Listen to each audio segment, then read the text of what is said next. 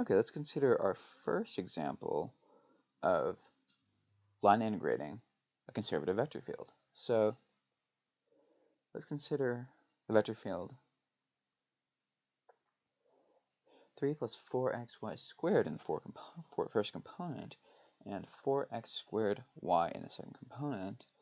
And our curve will be given by the arc y equals 1 over x from the point 1, 1 to 2, 1/2. So the problem will ask you, find the potential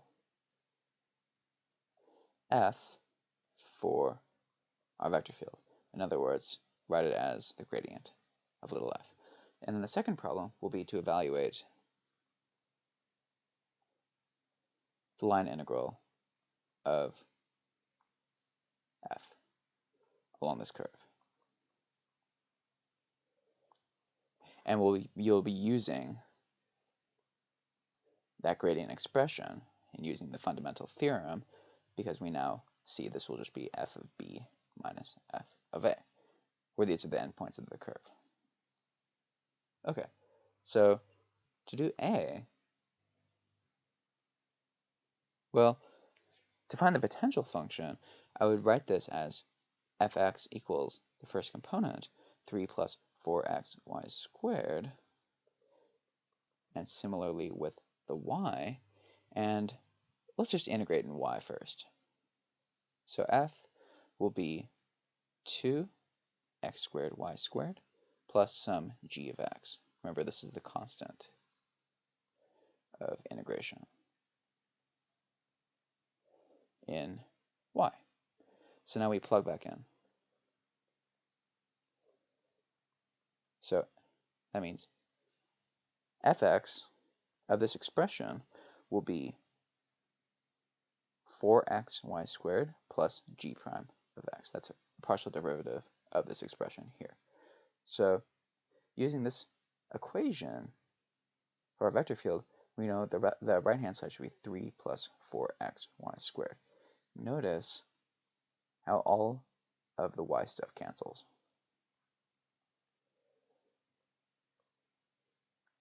Therefore, the remainder terms just say that g prime of x equals 3. So we conclude that g of x is 3 plus c, which I'm taking to be 0, because we only need 1 g.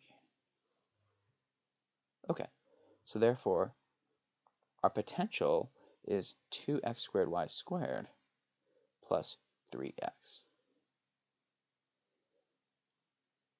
So let's move on to b. To evaluate f dot dr, I'm going to plug in the gradient representation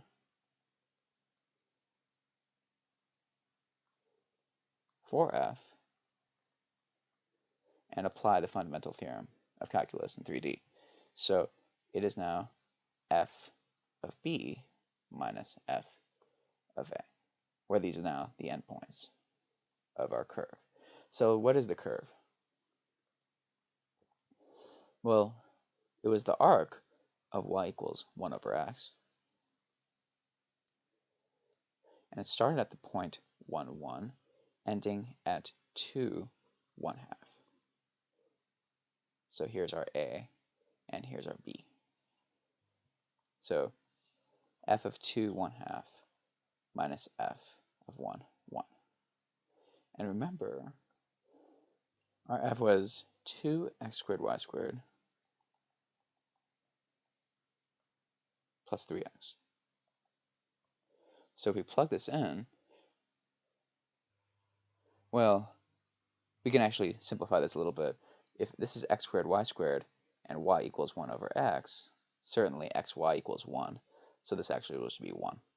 So this is 2 times 1 plus 3x evaluated from the endpoints. So this term, this drops. So it's 3 times x equals 2 minus x equals 1. So it's just 3.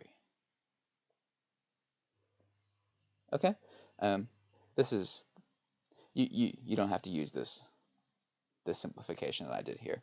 You could also just plug it back in. I'm very lazy, as you know by now. Okay, thanks for watching.